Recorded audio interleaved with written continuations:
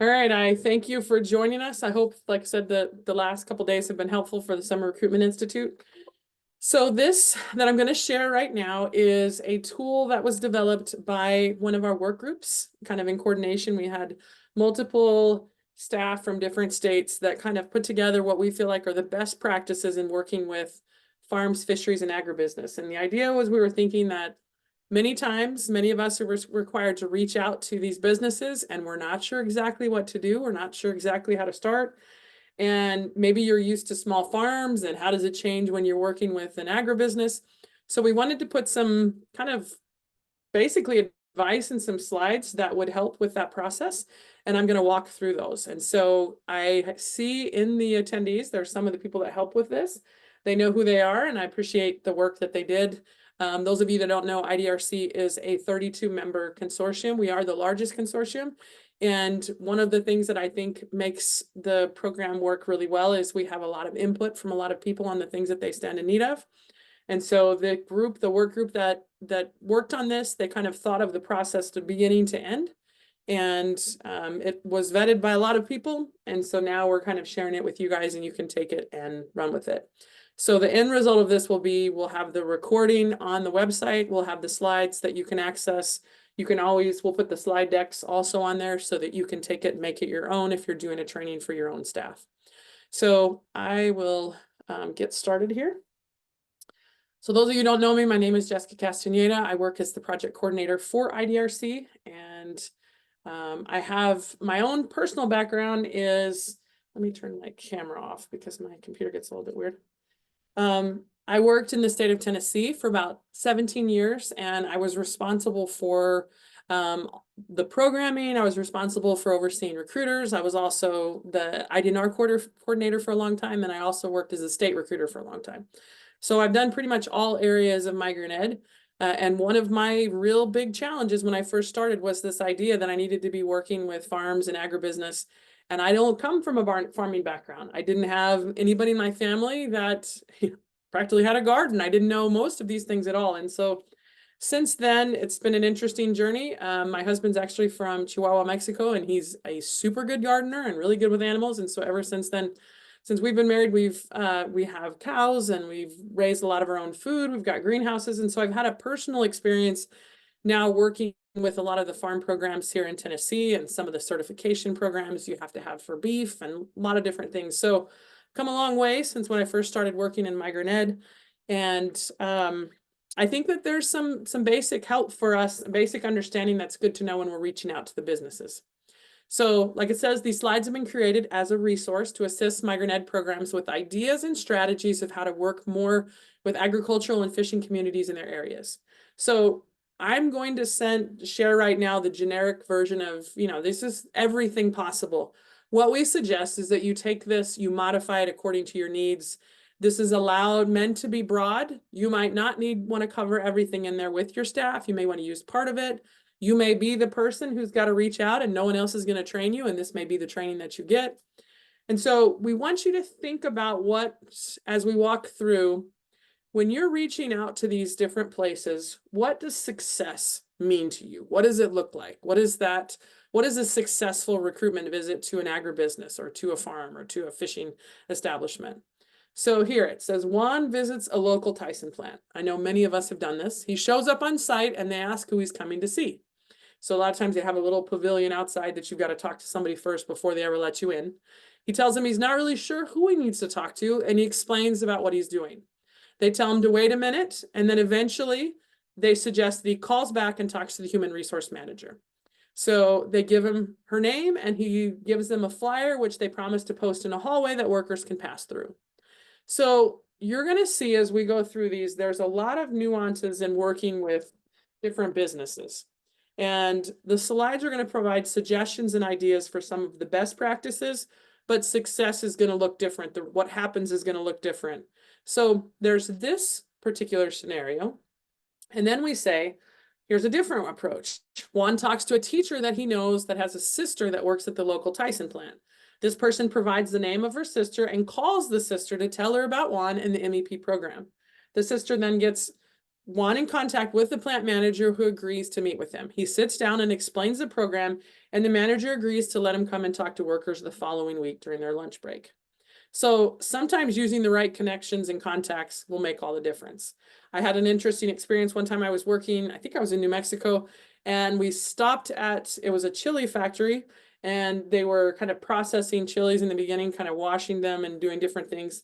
And so not all of the plant qualified, but part of the jobs did. And so we were trying to figure out who to talk to in the human resource department. And so when I explained what I was doing, they thought they said that I had said that we had workers that wanted to work. I said we were trying to talk to the workers, and the person heard me wrong. And so pretty soon they're bringing me all the way into the human resource person that's like, who do you work with? What workers do you have? And then when I explained what I was doing, they were disappointed. They did let me talk to somebody, but I got in really fast because they thought I had a different reason of why I was there. So it's really interesting what phrasing, who you talk to, who you know, and how that opens different doors. So one of the things that you want to think about when you're planning to work with agribusinesses or in anything, what are you going to ask them? When you get there, what are you going to ask? What are you going to ask the farmer? What are you going to ask the owner? Is it the same thing that you're going to ask each one of them? How will you introduce yourself in the program? So are you going to call yourself Title I Part C? Are you going to call yourself Migrant Ed? Are you going to say that you work with a program that works with families that are new to the area? Like, what are you going to say to them? How can you introduce yourself and the program? And what are you going to explain that you have to offer? So you've got to kind of put your hat on as if you were the farmer, if you were the HR manager. What are you bringing to the table that they even have to consider why their workers would even want to talk to you? So you're thinking, how does your Migrant Ed program benefit those that you'll reach out to? I have been in the unfortunate situation where there was no program behind me. We were just starting, and there were no resources besides just me at the time. And so I had to be able to say, hey, we're trying to build a program here that would help families that are new to the area for kids that have gaps in their education, but we don't have anything yet. So I'm trying to see if there's the need, and if there's enough need, then I can prove that we really need to have this, and hopefully we can get some funding. It's way easier to come in and be like, hey, we do a summer program, we have after school programs, we do, we have in-home tutoring, and be able to really show how those direct benefits are going to happen. But unfortunately, not everybody has that. So you've got to make sure that you know your personal program resources that are in your area and how you're going to sell it. So what are some key ways you can suggest as ideas of how to work with human resources and plant managers? What are some key terms and impacts affecting the industry? So if you know that they're having a hard time finding workers, you could maybe mention, hey, as we're out and about, if we know that you guys have a position open, we can definitely send people your way.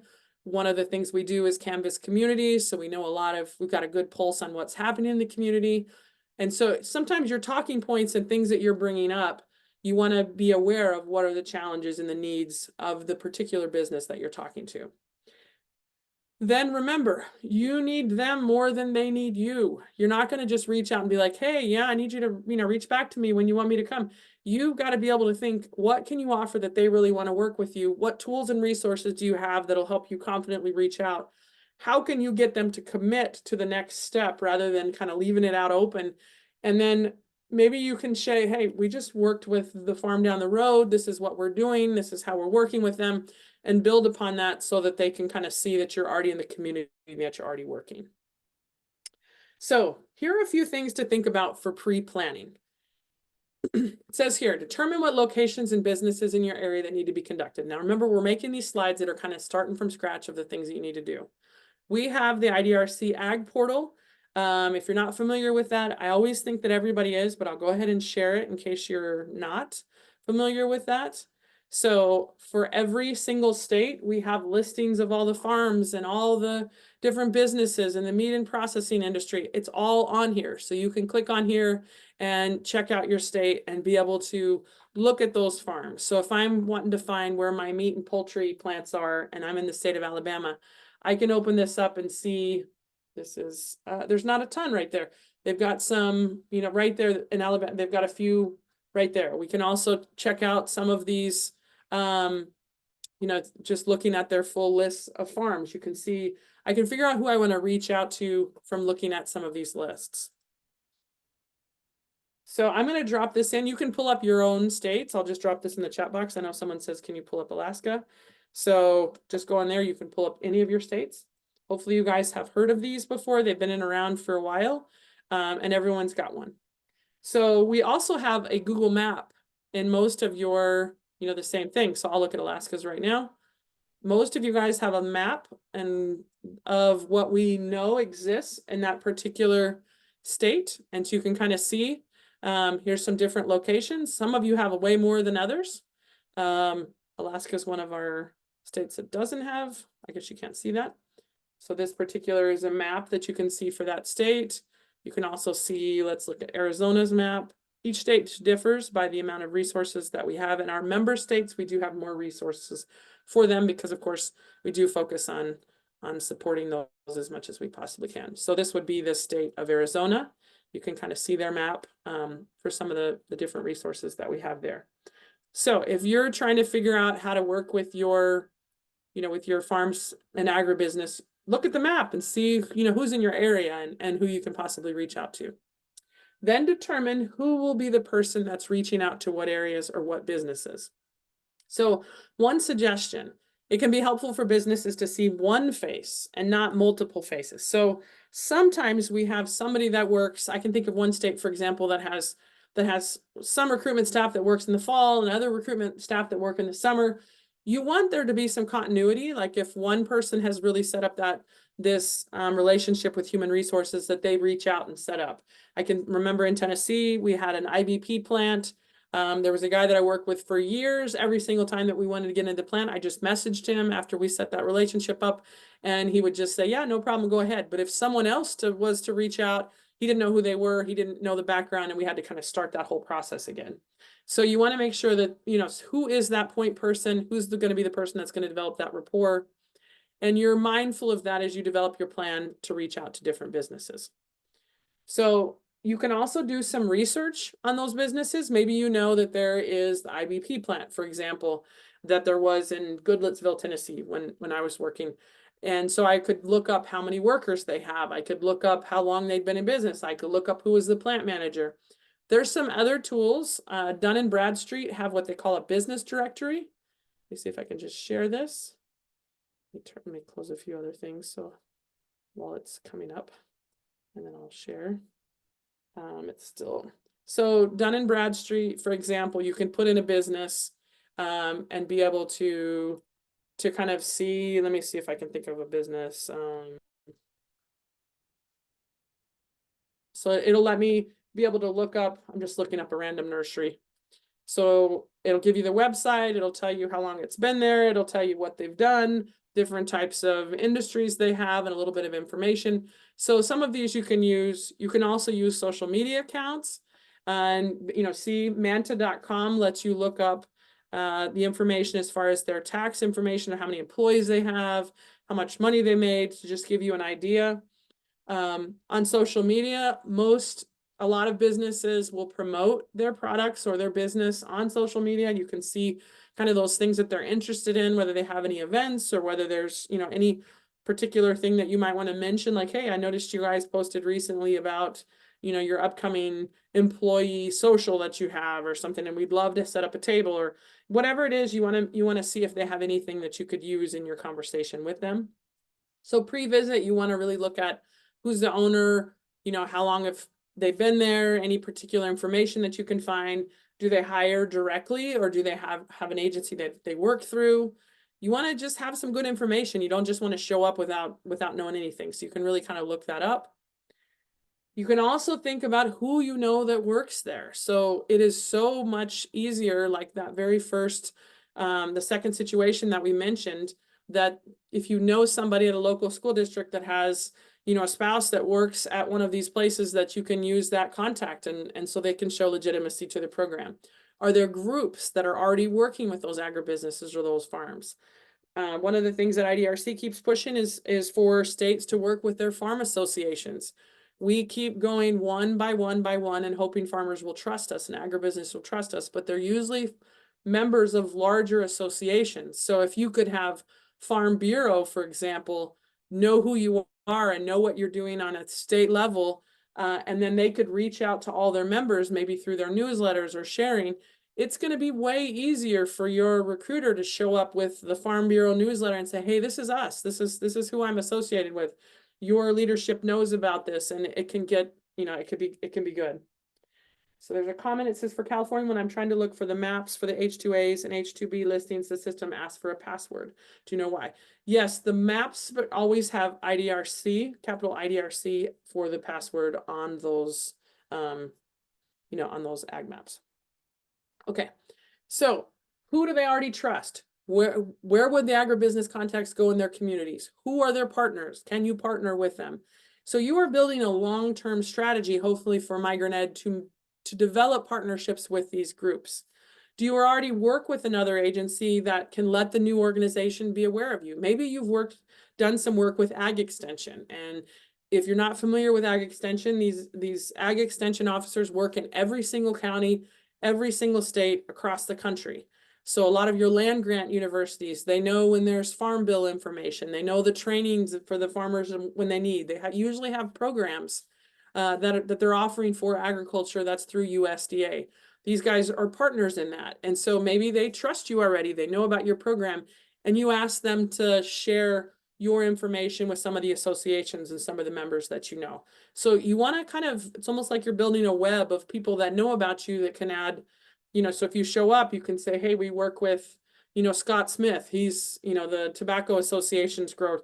There are people that know everybody in ag, and you definitely want to know them, and it'll make your job a lot easier. So possible partner agencies to work out with: local agriculture related businesses often work with different agencies that are not all related to agriculture. Be mindful of these and reach out to explain what MigrantEd does. Some of these might be community service organizations, school districts, churches, civic groups, etc. So it's not always, you can just go straight door to door at these places and just, see how it goes. But sometimes you can do some groundwork that'll make it a lot easier to get into different places. So if you can get in with those associations that they're already part of, you can establish those partnerships. But you probably need to do some strategic planning to begin to develop those partnerships. For example, every single state has a Department of Agriculture. But many MigrantEd programs will say, who on earth would we get a hold of in the Department of Ag? Maybe you reach out to your commissioner and you say, hey, this is what we're doing.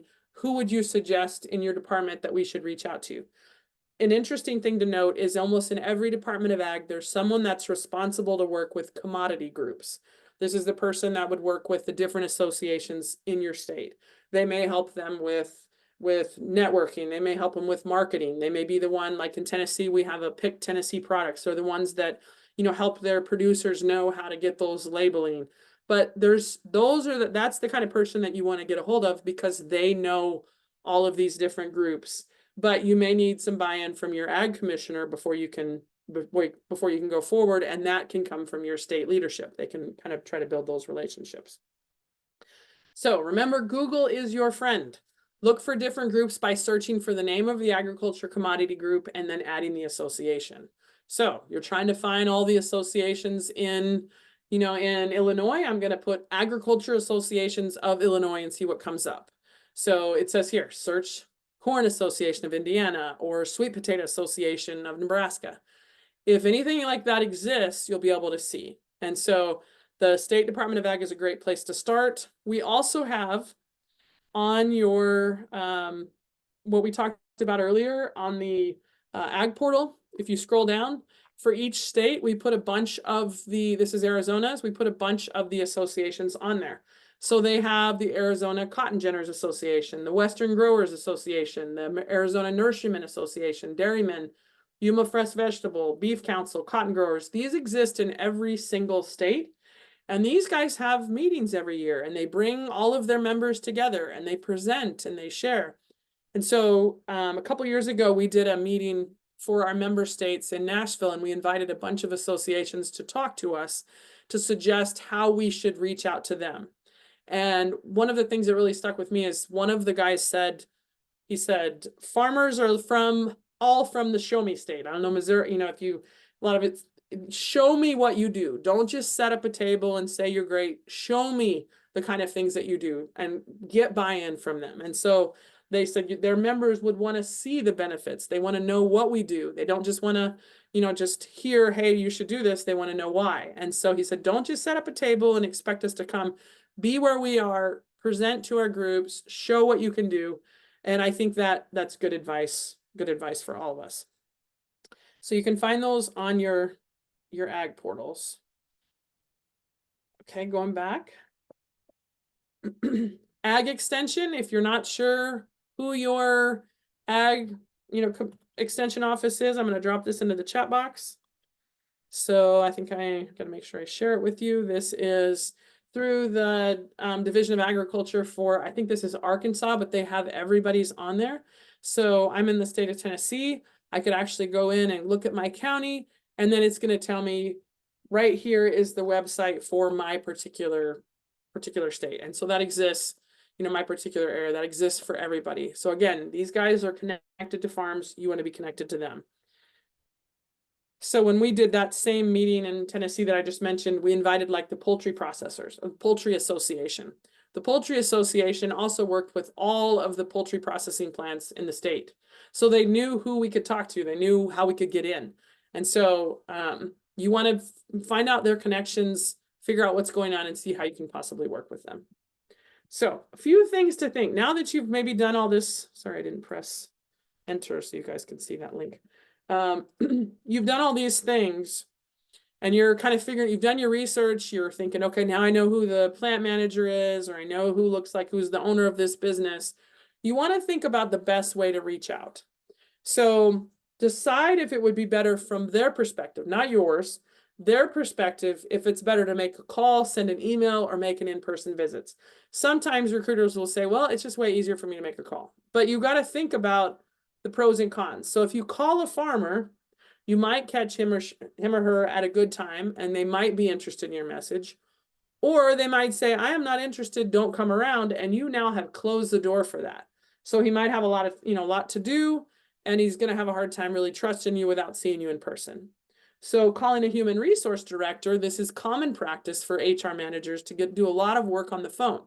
So you might get the right person, and the con is you might not know the right person who you should reach out to. You might leave a message and they might never call you back. So emailing a farmer or a human resource director, this is an easy way to get your information into their hands. Nobody's closing the door. If you send an email and just say, hey, I just want to get some information about what we're doing out in the community, there's not going to be a way for them to immediately say, we don't want anything to do with you, don't come around. They're just going to kind of look at it, and you're not asking them specifically to do something. You could use it to refer back. I was calling to follow up. I sent you guys an email. Or the con could be they might never open your email or even respond. So you just want to really think about the best way to do this. Once you're thinking this through, you want to determine how you'll market to them. How does your MEP program, what do you offer? What do you need to share with them? What are some resources that you want to highlight? So you're thinking about, should you have anything in your hands? Are there something that you're going to give to workers at that time and you want to share? What are those resources going to be helpful to those managers? And then you got to think about your goal. So I've seen a lot of recruiters say, well, we go around and post flyers. Okay, but your goal should always be to talk with the workers themselves. So pre-visit, you're thinking about your goal. What are you going to ask them when you get a chance to talk with someone to help you get that chance to actually talk to your workers? So maybe you need to figure out when the shift change, when the breaks are, when their lunch is, if there's a way that the new employees could fill out a survey or that you could attend a new orientation. You want to make sure that you have a clear goal in mind and things that you're going to ask. And then what are you going to do when they say no? What's the next best thing? If you say, hey, I'd love to talk to your workers on a lunch break, and they say, no, I don't think that's really going to work. Are you going to just be like, okay, well, thank you for your time? Or are you going to be like, well, could we put flyers up in the lunchroom or in the bathroom? Could we maybe put flyers on their cars? Could you share information in their checks? Could I possibly talk to a supervisor? Is there any chance that I could go to housing afterwards? You want to have kind of a tier of things that you're asking that you can do. So you want to find your right approach. You want to have the right kind of introduction. You want to have the ideas of how you're going to possibly talk to them. It says here, select and memorize a list of services available in the area. So maybe you're saying, hey, we have some partners. Maybe your guys need some CDL training, and one of our partners is the National Farm Worker Jobs Program. They have some resources that might benefit your workers. We could help bring those, let you guys meet them, and you could get to know some of these other resources. You want to make sure that you're kind of sharing anything that would be relevant. So English classes, hygiene resources, heat and stress prevention, financial education, pesticide control, OSHA certifications, things that could be beneficial that your program could possibly offer. And remember, your goal is establishing a long-term partnership with the agency. So other things, make a good first impression. I can think of I was in Texas and I was working with, there's feedlots, and there are not a lot of feedlots where I am in Tennessee. And so this part of Texas, they were saying there are more cows than humans. And I was supposed to be training recruiters on how to go to agribusiness and help them know how to get in the door. And so when I get to the feedlot, I ask where the workers are, and he tells me, the guy in charge, was a big, huge feedlot, tells me they're at the mill. I have no idea what the mill is. And so I'm like, what do you mean the mill? Because I'm thinking, this is feedlot, this is cows. Well, duh, they have a big mill where they do the feed. And so he looks at me. The good thing I was able to tell him is, hey, I'm visiting from Tennessee. I'm new to this. And then he's like, oh, the mill is right behind the office. And there, lo and behold, there's a monster mill right behind. And I thought, this guy probably thinks I'm a total moron because I didn't know good my industry that I was working with. I quickly learned it was really important to pay attention to the size of that mill, because the larger mill, the more cows they were feeding. And so there was a lot for me to learn. And I feel like people are pretty kind when they realize that you're trying to learn and that they'll give you a little bit of leeway. But I needed to very quickly change it and make sure I didn't sound like an idiot as I'm asking them questions about their business and I really didn't know much about it. So you want to make sure you make a good first impression, but you're not always going to know the answers for everything. And I think if they see that you're genuine and that you're trying, usually they're pretty good to work with. So here are a few of what we call the tiers of asks to the farmer or the business. Level 1. Ask if it would be possible to talk with workers before or after a shift, during a break or lunch. This is my goal. But if they say, no, I don't know if that's going to work, okay, ask if new employees could fill out a simple questionnaire that could be picked up and followed up if they might be eligible, or if you could attend orientation. Okay, if they say no, okay, well, could I leave flyers in the bathroom, porta potty, or in a break room? I had a staff once that had been a migrant worker before he got a job with Migrant Ed.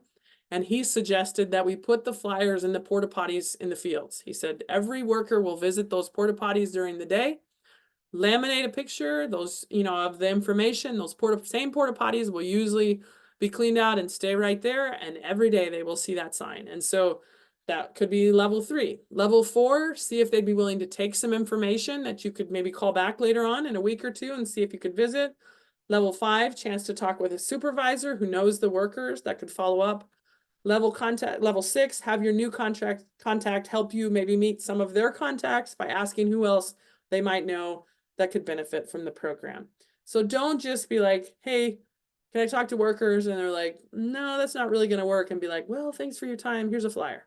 So you want to really think out what else you can possibly ask for. Usually they'll agree to at least one of these things.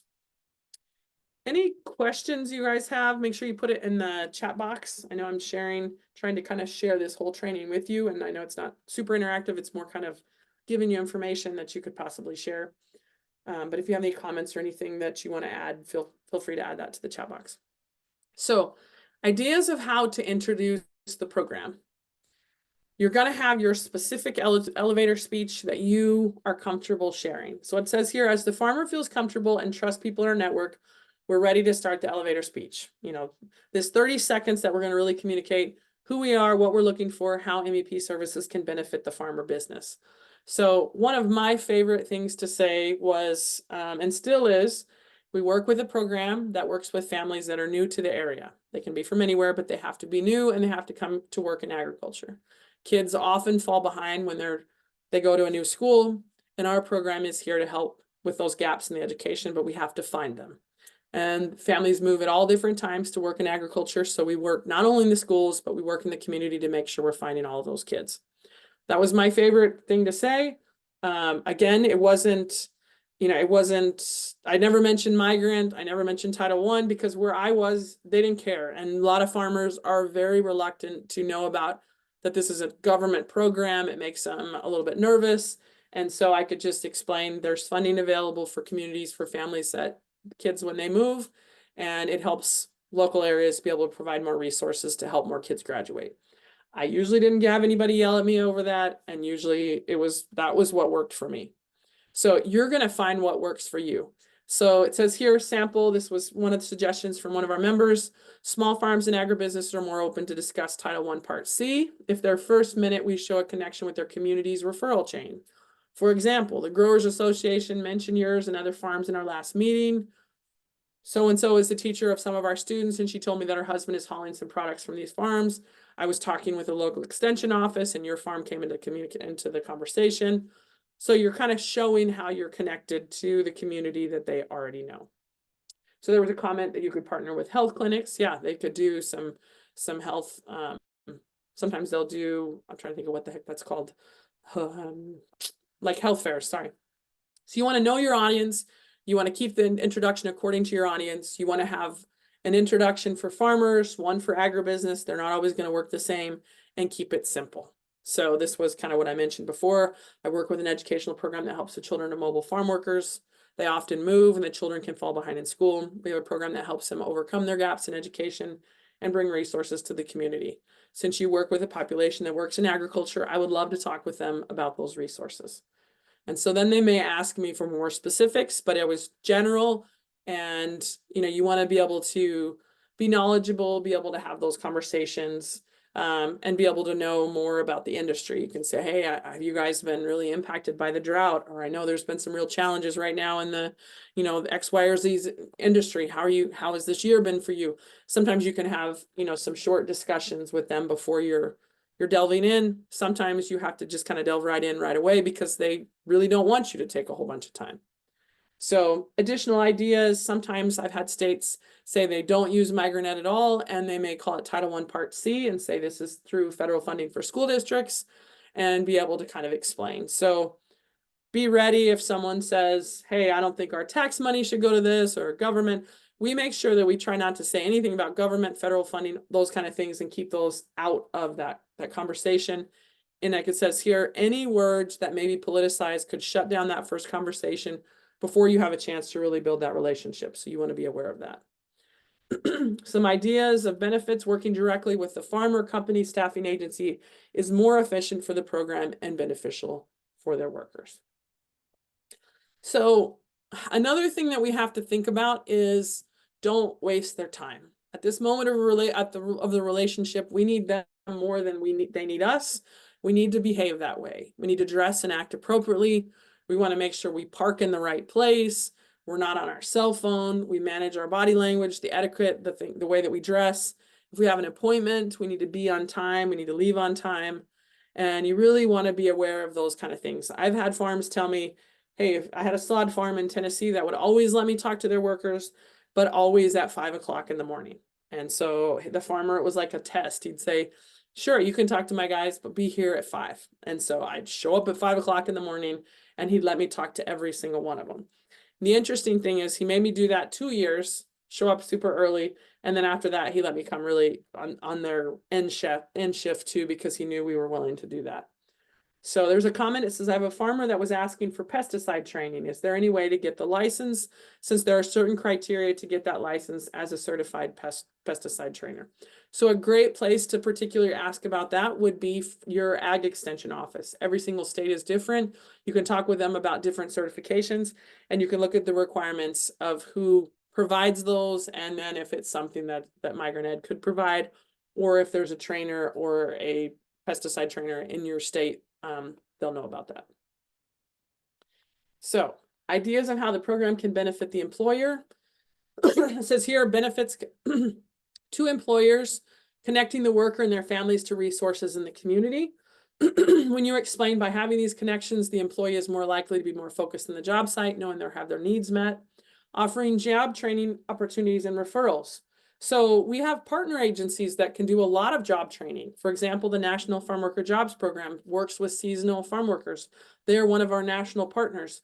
sometimes they can offer some job training that will directly benefit employers, and we can help kind of put that into place.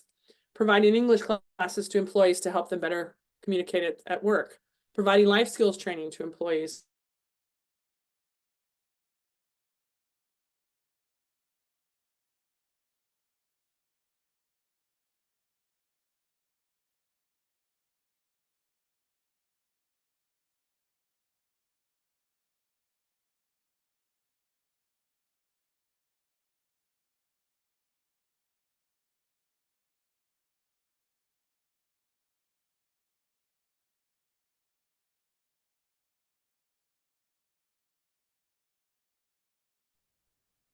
So that was interesting. It looks like it just marked me out there for a second and stopped recording. So we'll keep going there.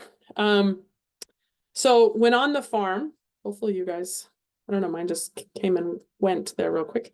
When on the farm, and when you get there, you want to make sure you have materials that can be helpful for them, language resources, bilingual farm signs.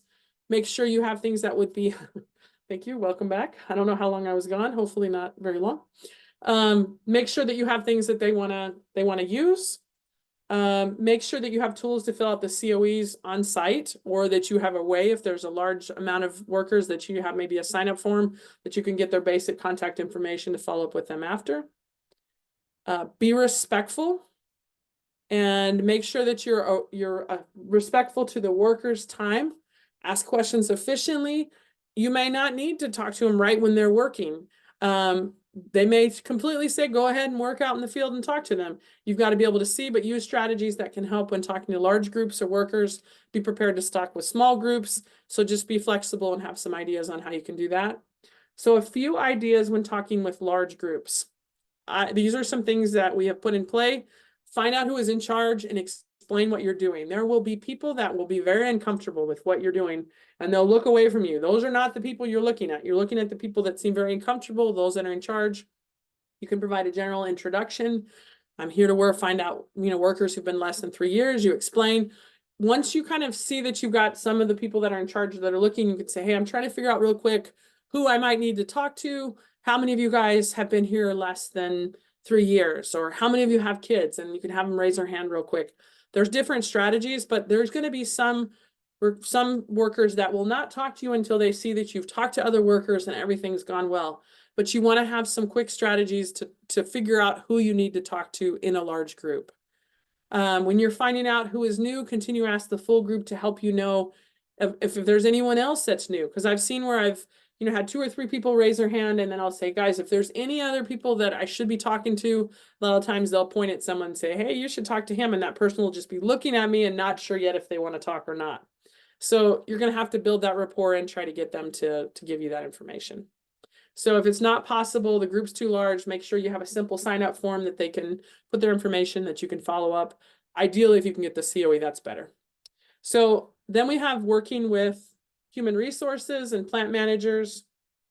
It says for agribusiness, it can be helpful to get in contact with human resources or whoever is doing the hiring process for the company and set up a time to make that visit. Bring resources to them, show how you can work with them. So plant managers or human resource directors are both key contacts. One strategy, and I used to use this all the time in Tennessee, is I would email both of them separately and say, hey, I'd love to talk with you. Or I'd call one and they'd say, oh, you definitely need to talk to, usually the plant manager would tell me to talk to human resource. And then I'd reach out to the human resources and say, hey, Dave said, knowing that that was the plant manager, that I should talk to you. And they'd be like, oh, okay. And then they'd give me a chance to talk to them. So once you get a chance to meet, explain the program, ask if it be possible to talk to those tiers, of workers. Another strategy would be trying to get, into their orientation for new workers. Once permission is given, make sure you keep your promise. It may be once a week, it may be every couple of weeks. You want to show that you're consistent, that you're serious about their time, and that you'll be there when you say you're supposed to be there. So you want to keep up with what's happening in these industries. You want to know what's going on. Google can be very helpful. You can do some searches. You can do a Google alert, and it will, you can set that up. Let me see if I can just share what that looks like. Maybe I can do it. If you just look at Google News Alert, If you go to Google News Alert, you can monitor the web for interesting content, for example, and you can kind of put the things that you're interested in, and it will give you an alert for those things. So maybe I want to know about my nursery industry in Middle Tennessee, and it'll give me an alert anytime that something like that comes up. We also have ag industries and profiles for different ag industries on the IDRC website, and I'll drop that in the chat box. We just added a bunch more of those. These are meant to give you more understanding of the industries themselves, and you can go in there and learn about those. There's a bunch on there if you're new to agriculture and you're not sure.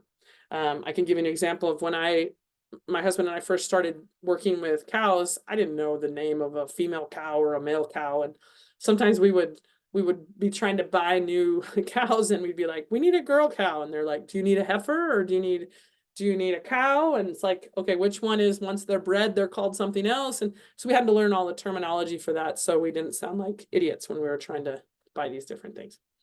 So you want to understand the industry. You want to ask families who are already working at those farms, if you can get in, if they have suggestions of who you should talk to. If you're new at this and you're nervous, you can do one of two strategies. You can try to go big and try to talk to the big ones first and get in that way, or you can start small and try to get a good system and see what works. The important thing is to get started. And if we are not actively working with our farms and really reaching out and marketing to them, we're definitely missing a large population of our possible workers. So we do have 2 videos that are on our website, and let me share where those are, that were designed to, let me just share one of them. I know some of you guys have seen these. Let me see if I can, hopefully the sound will work.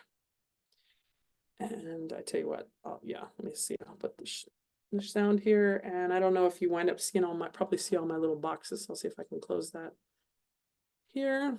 Maybe move this up to the top. All right, I'm going to press play on this, and hopefully you guys can hear it.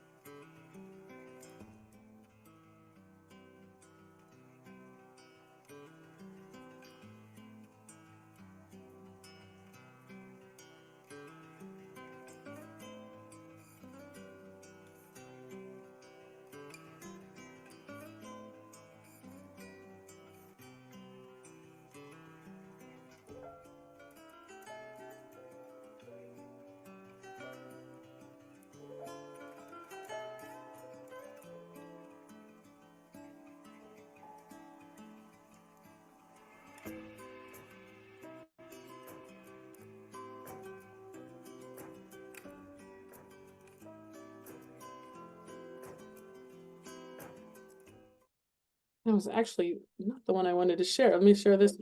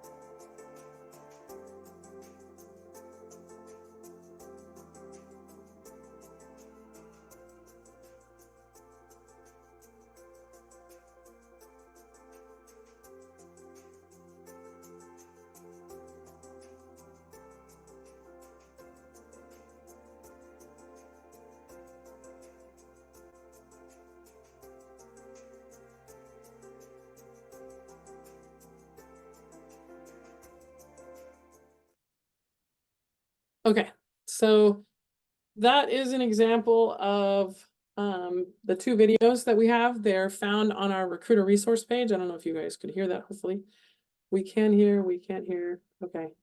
Okay, so hopefully you heard that. If not, you can definitely find that on our website. Let me go back to where that is, just so you know we're on. If you go to back on the recruiter resource page. So if you couldn't hear that, it's about you can listen to about 3 minutes there. You scroll down, those 2 videos are right there. If you notice, there's no IDRC with that. There's no, it doesn't say welcome to IDRC. It's meant so that you could share that link and say, hey, we want to work with you guys a little bit more. This is a little bit about us. And then, you could use it as a way. We've done this a bunch when we, sometimes we help our member states bring all their ag associations together into one room. And we use that video to kind of promo and say, hey, this is, we would love to talk to you guys. This is a little bit about us.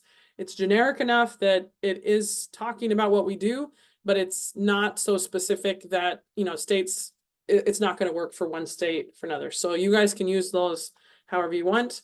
We also have several brochures that are tied to our referral tool that you can use that will help you kind of see some generic ways that you could reach out to farms. And let me show you where those are found out, just so that you're aware of where that is.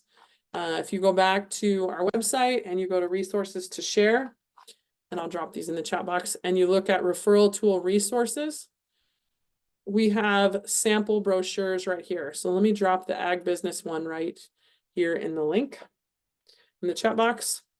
And it just says you might have a worker who's eligible. Who's eligible? What are they eligible for? And then we mention how you can provide a referral. You don't have to use this one. You could use some of the verbiage. You could create your own, but you want to make sure that you're thinking about, what you want to do and how you want to share and how you want to market to the farms that you're trying to work with. So, you really want to the more you do it, the easier it gets. Tackle those small farms first if you can, then reach out to others. Go with another recruiter who's comfortable with this. I always suggest for coordinators to support this, not just put your recruiters to just do this alone. And it says here, farmers, HR hiring staff are humans too, so don't be afraid to make mistakes. I've used many times, hey, I'm new at this. We're trying to reach out. I'm not sure who I should talk to. What do you suggest? People are generally very helpful if they feel like you have a resource that could benefit their population. So remember, good business sense. Once you do all this work to develop a partnership with farms, agribusiness, or fisheries, follow up promptly with any correspondence. Don't expect them to reach out to you. Remember, we need them. They may not always need us. Be proactive and request specific activities and follow-ups for the future. Don't take 3 to 5 days to answer an email. So if they're reaching out like, hey, we want to get you in, and you don't answer them for a week, try to do that. Try to be prompt with them, and that'll make a big difference. And then once you do get in, document those results. Keep track of that. Is there any, follow-up that you want to do? How often do you want to work with them? What information do you need to keep so that you know who you talk to? Because most recruiters will reach out to a ton of farms and a ton of places. So you want to keep good notes so that you have that. And then the final goal is to build these relationships and actually have like a coalition of ag partners that you have in your state that you can really automate this process of knowing when new workers are, coming in. And so one of the things that IDRC is trying to do is work out with some of these national partners and figure out how we're working with the National Growers Association and trying to see they're connected, how we can be better connected with them. And this program has existed for a very long time, but unfortunately in the ag world, many, many, many people have never heard of us. And so we've got to do our due diligence to make sure that they're aware of us. And then that we have the kind of programs that kind of are marketable on their own, that they're high quality. And so they see the value and but it's really up to us to get those things started. So I believe that's pretty much all I had for today. Let me stop pressing record.